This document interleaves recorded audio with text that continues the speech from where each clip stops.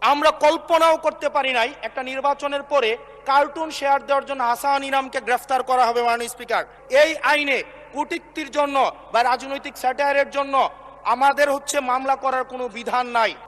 আমরা কল্পনাও করতে পারি নাই একটা নির্বাচনের পরে কার্টুন শেয়ার দেওয়ার জন্য হাসান ইনামকে গ্রেফতার করা হবে মাননীয় স্পিকার। আমরা হাসিনার আমলে দেখেছি কটূক্তি করার জন্য গ্রেফতার করা হয়।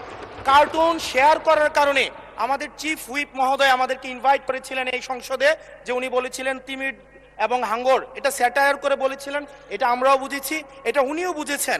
কিন্তু মাননীয় স্পিকার, দুঃখজনক বিষয় হচ্ছে যে এই কার্টুনটি শেয়ার করার কারণে আমাদের মাননীয় চিফ হুইপ মহোদয়ের এক কর্মী মামলা করেছে 25 ধারায়।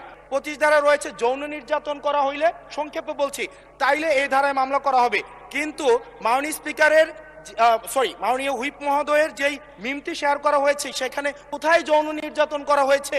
এখানে একটা মিম শেয়ার দেওয়া হয়েছে যেখানে দেওয়া হয়েছে তিমি মাছ সবাইকে সার্ভ করা হচ্ছে।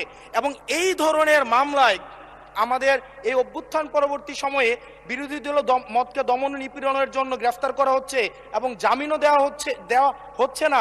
এবং এইখানে কোনো ধারায় 25 ধারায় সাইবার নিরাপত্তা যেটা আইন এই সংসদে পাশ করা হয়েছে, এই আইনে কূটনীতির জন্য বা রাজনৈতিক স্যাটায়ারের জন্য আমাদের মামলা করার কোনো বিধান নাই।